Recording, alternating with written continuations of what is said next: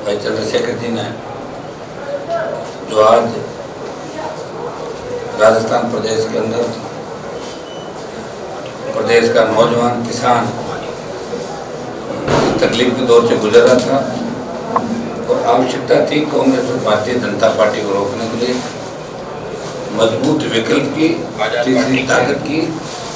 और आज इन्होंने राष्ट्रीय लोकतांत्रिक पार्टी जो लंबे समय से हम दोनों की बात चल रही थी, आज गठबंधन की अंतिम मोहर लगाई।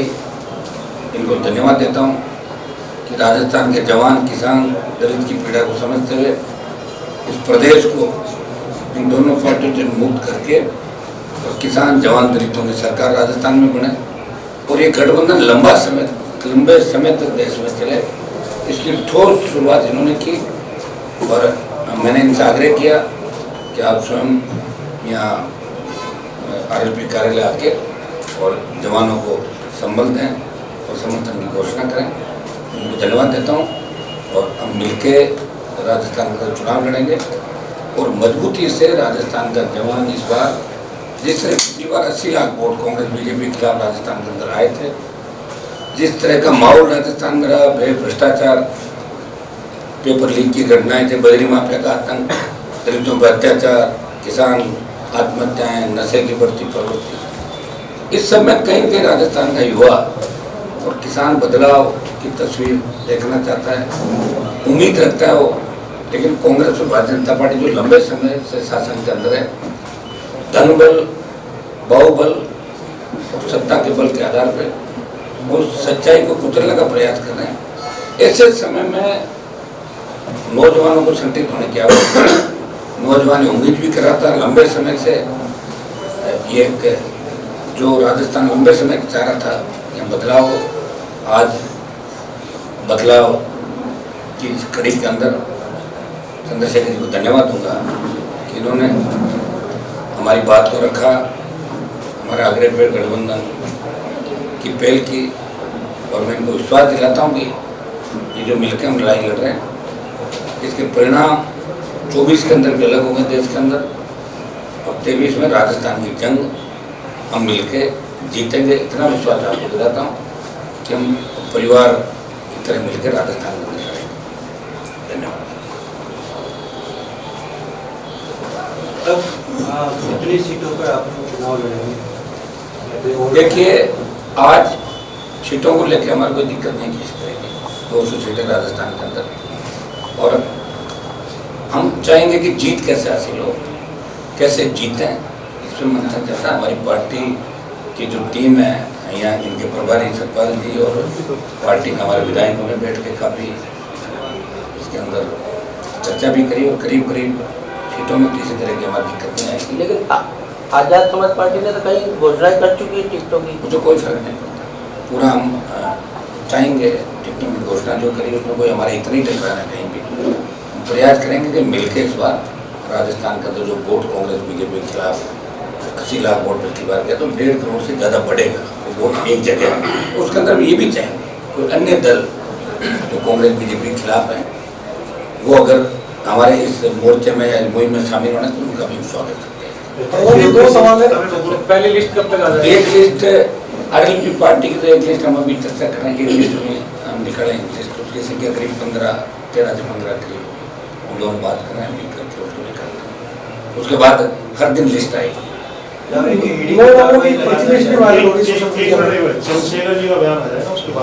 हाँ, ठीक है। सम्मानित मीडिया के साथियों, आप सब बहुत शॉर्ट नोटिस पे और यहाँ के बड़े नेता हनुमान बेनीवाल जी के आग्रह पे यहाँ बहुत शॉर्ट नोटिस पे पहुँचे, इसके लिए मैं आपका धन्यवाद करता हूँ। ये अलायंस आज का अलायंस नहीं है, ये अलायंस बहुत दिन पहले डॉक्टर बाबा साहब अम्बेडकर और छोटू राम जी के नेतृत्व में हुआ कि किसान, कमजोर, नौजवान, महिलाओं के हकों के आवाज, उनकी लड़ाई को लड़ा है। अब लोकतांत्रिक स्थिति में हनुमान जी बेनीवाल लंबे समय से क्षेत्र को की समस्याओं को लड़ रहे हैं, और कहीं कोई ऐसा मौका नहीं जहाँ BJP कांग्रेस के लोग तमाशबीन बने हुए थे जनता के हितों के लिए, वो लड़ाई को मैदान में लड़ रहे हैं। इसके लिए वो धन्यवाद के भी और उनकी पूरी टीम हम उनका दिल की गहरा धन्यवाद करते हैं कि वो इस लड़ाई को लड़ रहे थे। अब ये लड़ाई क्योंकि इलेक्शन का दौर आ गया और आगे बढ़े, ऐसे व्यक्ति को जो बिना स्वार्थ जनता की लड़ाई लड़ रहे थे, ऐसे लोगों को आगे बढ़ के मौका मिले नेतृत्व करने का, इसकी जिम्मेदारी भी जनता के ऊपर।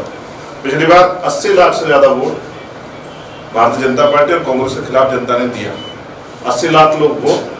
और प्लस जिन लोगों को अब हम लोग जोड़ने का काम कर रहे हैं, जो लोग मन से तैयार हैं कि भाजपा कांग्रेस की सरकार के से मुक्ति चाहते हैं और नए लोगों को आगे बढ़ के काम करते देखना चाहते हैं, चाहे वो नौजवान, महिलाएं हों, किसान हों, मजदूर हों, और राजस्थान की वो सामान्य जनता जिनका विश्वास है लोकतंत्र में, जो बढ़ चढ़ के वोट देते हैं, उनको जोड़ के आने वाले दिनों में एक बड़ी शक्ति हम लोग यहाँ बनाएंगे। 29 तारीख को आरएलपी के स्थापना दिवस पे एक बड़ी रैली भी जयपुर में रखी है, मैं खुद भी उसमें शामिल रहूँगा और हमारे बड़े पैमाने पर हमारे कार्यकर्ता, नेता और समर्थक भी उस रैली में बढ़ चढ़ के हिस्सा लें।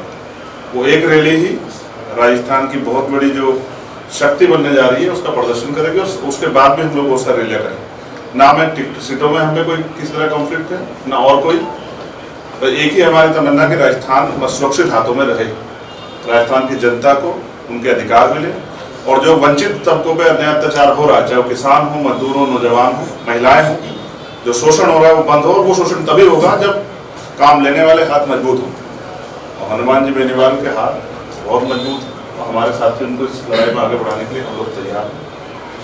मैं उनकी पूरी पार्टी का, उनके नेताओं का धन्यवाद करता हूँ, आज़ाद समाज पार्टी के सभी नेताओं का, बीमार के सभी नेताओं का धन्यवाद करता हूँ। और मुझे आशा विश्वास है कि आज से जो संदेश आपको दिया जाएगा, कल से जो मनोबल बढ़ेगा, उसका परिवर्तन जो है वो आपको कल से दिखाई देगा। राजस्थान बहुत सारे लोग जो आशा और उम्मीद के साथ बैठे राजस्थान में परिवर्तन हो, वो इस मोर्चे को मजबूत करने के लिए अगर साथ आएंगे तो हम उनका भी स्वागत करेंगे। लेकिन ये मोर्चा एक नया इतिहास लिखेगा राजस्थान में, और किसान का मेरे नौजवानों को, महिलाओं को जो शोषण और परेशानी उनके सामने है, वो उनसे मुक्ति मिलने का काम हम लोग करने का। धन्यवाद। अब कोई सवाल हो तो बताओ। आने वाले समय में हनुमान और रावण एक साथ यहाँ पर मतलब दिखेंगे चुनाव इस पे मुकदमा हो जाता है गलत शब्द कहने पे। तो हनुमान जी बेनीवाल खुद से इतने मजबूत हैं, जिन्होंने हमेशा साबित किया, और वो लड़ते हुए जाति धर्म नहीं देखते। इससे मैं उनकी बहुत प्रशंसा करता हूँ। और हमारे साथियों का भी ये मन था कि ये लड़ाई, अब जो लड़ाई वो अलग अलग लड़ रहे थे, मिलकर लड़ेगी, वोट में बंटवारा ना। तो जो बटा हुआ वोट है आप देखना, वो इकट्ठा होकर इस अलायंस को मिलेगा। और मैंने फिर कहा कि इस बार चीफ मिनिस्टर ये अलायंस ही तय करेगा। चीफ मिनिस्टर आपके बीच में बैठा हुआ, इसका बहुत जल्द जो है जब जनता वोट करेगी आपको पता लग जाएगा। दलित वोटों पर कुछ प्रभाव पड़ेगा? हनुमान जी बेनीवाल को मिलेगा फायदा?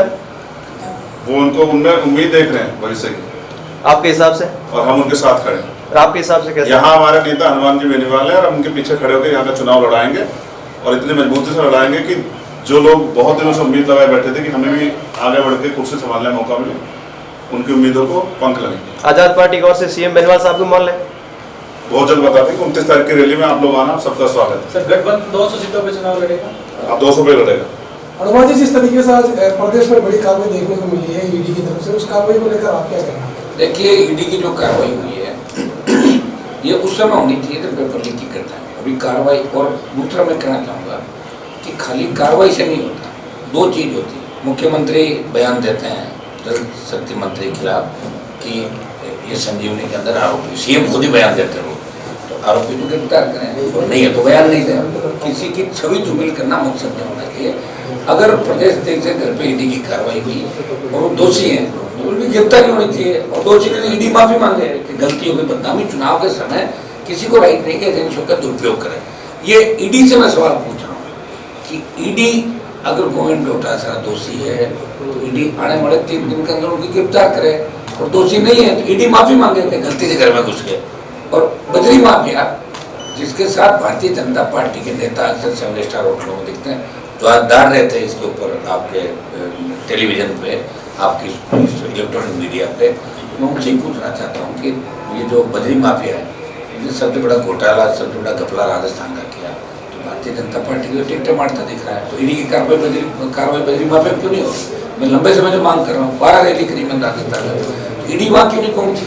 और ये पेपर लीक की जो घटनाएं हुई है उसको लेकर लोकसभा के अंदर हमने मामले उठाए, प्रदेश की सड़कों पर संघर्ष किया, ईडी की कार्रवाई की हमने मांग करी, सीबीआई की कार्रवाई की मांग करें, लेकिन ईडी की कार्रवाई का मतलब ही नहीं कि ईडी छापा मारे और चली जाए, अखबार में छप जाए या टीवी पर आप दिखा दो ईडी की कार्रवाई हुआ क्या। अगर दोषी है पकड़ो और नहीं है तो कार्रवाई मत करो। ये प्रदेश की जनता जानना चाहती है। और अशोक गहलोत से भी पूछे कि आप बार बार शेखावत में जो आरोप लगाए संजीवनी में दोषी तो गिरफ्तार करो और नहीं है तो बदनाम मत करो। ये चुनाव के समय ही बात क्यों लेके आ रहे हो? अब तो चुनाव है, चुनाव से पहले भी कार्रवाई हो सकती, क्लियर करना चाहिए। राजस्थान की जनता चाहती है कि क्लियर कटो, हमें भ्रामक प्रचार और दुष्प्रचार के अंदर नहीं टकराना चाहिए।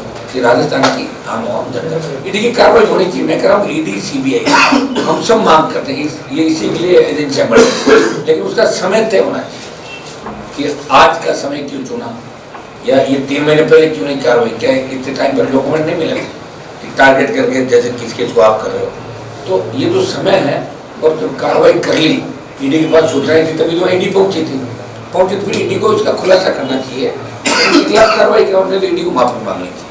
मेरा और बजरी माफिया के खिलाफ ईडी को बड़ी कार्रवाई करनी चाहिए जो भारतीय जनता पार्टी के टिकट बांट रहा है।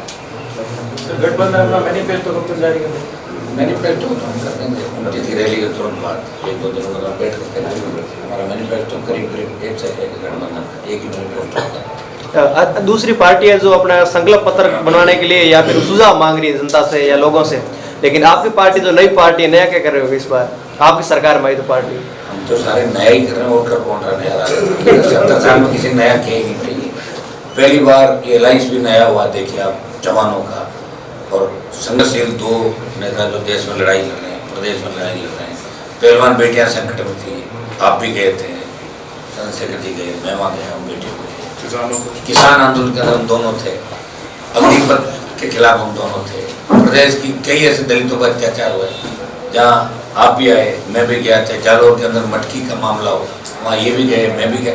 बहुत से किस्से हमने मिलकर लड़ाई लड़ी और निश्चित रूप से टोल मुक्त राजस्थान, मुक्त बिजली की जो हमारी मिलकर हम सारा तय कर, जो हमारे मुद्दे हैं जिसको लेकर आरपी का गठन हुआ और जिसको लेकर आज़ाद पार्टी का गठन हुआ, हमारे वो मुद्दे जिनको लेकर पार्टियों का गठन वो तो रहेंगे ही रहेंगे, वो तो हमारे घोषणा पत्र में रहेंगे। उसके अलावा हम बैठ के कहीं पेपर लीक की घटनाएं नहीं हो, अपराध नहीं हो, बेमुक्त भ्रष्टाचार मुक्त, एसीबी को और मजबूत किया जाए, सशक्त लोकायुक्त। हम चाहते हैं बेमुक्त भ्रष्टाचार मुक्त राजस्थान और वोटों का बंटवारा नहीं, और निश्चित रूप से वोट का बंटवारा इस बार नहीं होगा। कांग्रेस और भारतीय जनता पार्टी के नेताओं की जैसे ही गठबंधन का ऐलान हुआ तबियत खराब हो गया। हनुमान जी, एक सोशल मीडिया पर आरएलपी के 9 उम्मीदवारों की लिस्ट जारी वायरल हो रही है, उस लिस्ट को लेकर आप क्या कहेंगे? फर्जी है, ओरिजिनल है, वास्तविक? मुझे नहीं पता कब वो जारी सुबह से 1 घंटे में ग्रुपों में चल रही है। 2018 की है क्या? 2018 वो तो अब लिस्ट, एक लिस्ट अभी जारी करा, दोनों बैठे हैं बात करके 15